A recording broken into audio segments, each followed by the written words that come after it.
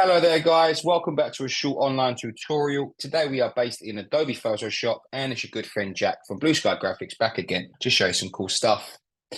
What I'd like to do today guys is show you how to create a 3D brush using our mixer brush tool in Adobe Photoshop. A really cool idea for branding, backgrounds, patterns, a wide range of stuff that you can use this idea with. And what I'd like you to do is take the steps that I show you today and implement them into your designs. And I guarantee you'll be very proud and happy with the end product.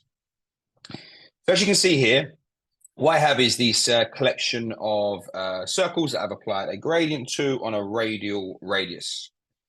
So what I need to do is use the mixer brush tool to select this collection of circles. So if you come over to the mixer brush tool here, like so, what you've got to do is hover over what you want to copy, let's say, and the keyboard shortcut to capture it would be Option-click for Mac users or Alt-click for Window users.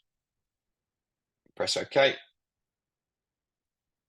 Like so, and what you should always make sure you do is you have your settings options up here.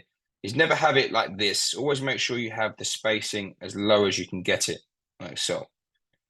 And now if I come to my layers, always make sure I add a brand new layer. I'm just going to turn that bottom one off there. I'm going to come through now, maybe increase the size of my brush using the keyboard shortcuts of the brackets. The right one makes it bigger and the left one makes it smaller, but I want to make it a little bit bigger. I'm just going to come through now and I'm going to do something like so.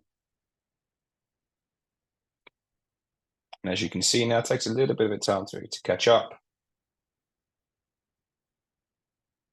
But a really cool idea that you can use across many forms of graphic design and create your 3D brush, like so. If you're interested in finding out more about the school, the courses that we offer, please take a look at our website at blueskygraphics.co.uk. Thank you very much, guys. Take care, and I'll see you next time.